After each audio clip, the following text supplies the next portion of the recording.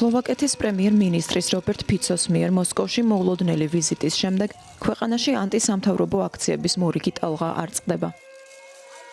22 დეკემბერს ვლადიმირ პუტინთან კრემლში გამართული შეხვედრის შემდეგ ათასობით მოქალაქე დედაქალ ბრატისლავაში, ისევე როგორც ქვეყნის გარშემო და მის გარეთ პრემიერ-მინისტრის პრორუსული და პოპულისტური პოლიტიკის გასაპროტესტებლად გამოვიდა. დემონსტრანტები შეიკრიბნენ პარასკევს 10 იანვარსაც. ისინი რობერტ ფიცოს ვლადიმირ პუტინის მოკავშირედ ახასიათებდნენ და ამბობდნენ, რომ მას სლოვაკეთი რუსეთისკენ მიჰყავს. რუსები ღიად ამბობენ, რომ უკრაინა მათთვის საკმარისი არაა და მტრებს გვეძახიან. თუ კიევი დაეცემა, შემდეგი ჩვენ ვიქნებით. თუ გსურს შევძლოთ პასუხი გავძეთ ჩვენს შვილებს, როდესაც გითხავენ რას ვაკეთებდით, როდესაც სლოვაკეთის, უკრაინის და ევროპის ბედი წყდებოდა, არ უნდა გავჩუმდეთ. მოსკოვში ამ სკანდალური ვიზიტით ფიცო სლოვაკეთს მსოფლიოს თვალში პუტინის მოკავშირედ აქცევს. თავად რობერტ ფიცოს თანახმად მისი სახით ევროკავშირის ლიდერის იშვიათი ვიზიტი კრემლში. სულ რიგით მესამე შემთხვევა უკრაინაში რუსეთის სრულმასშტაბიანი აგრესიის დაწყების შემდეგ იყო პასუხი უკრაინის გადაწყვეტილებაზე შეაჩეროს მისი ტერიტორიის გავლით ევროპაში რუსული გაზის მიწოდება.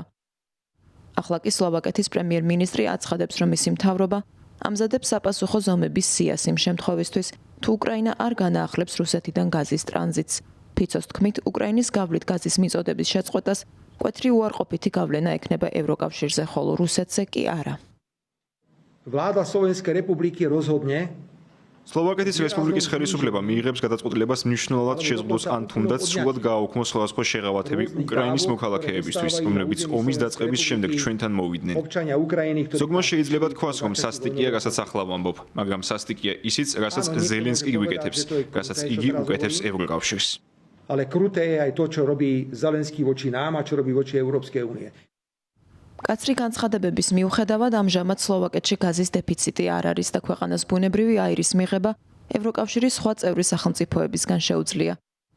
სლოვაკეთმა მიაღწია არაერთ შეთანხმებას აზერბაიჯანიდან ბუნებრივი აირის შესყიდვის და პოლონეთიდან ამერიკული გათხევადებული გაზის იმპორტის შესახებ, თუმცა ამავდროულად რობერტ ფიცო ხაზს უსვამს, რომ დამატებითი სატრანზიტო გადასახადების გამო ქვეყანა წელიწადში 500 მილიონი ევროს დაკარგვის საფრთხის წინაშეა. ამ საკითხის განსახილველად 12 იანვარს მოსკოვში სლოვაკეთის ეროვნული პარტიის თავმჯდომარის ანდრეი დანკოს ხელმძღვანელობით მორიგი დელეგაცია ჩავიდა. რუსეთისადმი მეგობრულად განწყობილმა დანკომ თავდაპირველად პოლონეთი მისი დელეგაციისთვის საჰაერო სივრცის ჩაკეტვაში დაადანაშაულა, თუმცა პოლონურმა მხარემ ბრალდება უარყო. მოსალოდნელია, რომ სამდღიანი ვიზიტის ფარგლებში დელეგაცია დუმას დეპუტატებს და რუსეთის ხელისუფლების სხვა წარმომადგენლებს შეხვდება. გავრცელებული ცნობებით დელეგაცია განიხილავს იმასაც, თუ რამდენად იქნება შესაძლებელი გაზპრომის მიერ სლოვაკეთისთვის რუსული გაზის ალტერნატიული გზებით მიწოდება.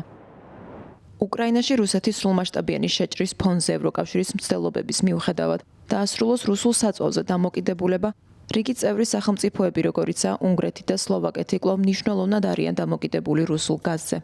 უკრაინის საგარეო სამინისტროს განცხადებით პრობლემა რუსეთშია, ისევე როგორც ზოგ პოლიტიკოსზე, რომელთაც მოსკოვზე დამოკიდებულების შეწყვეტის ნება არ გააჩნიათ.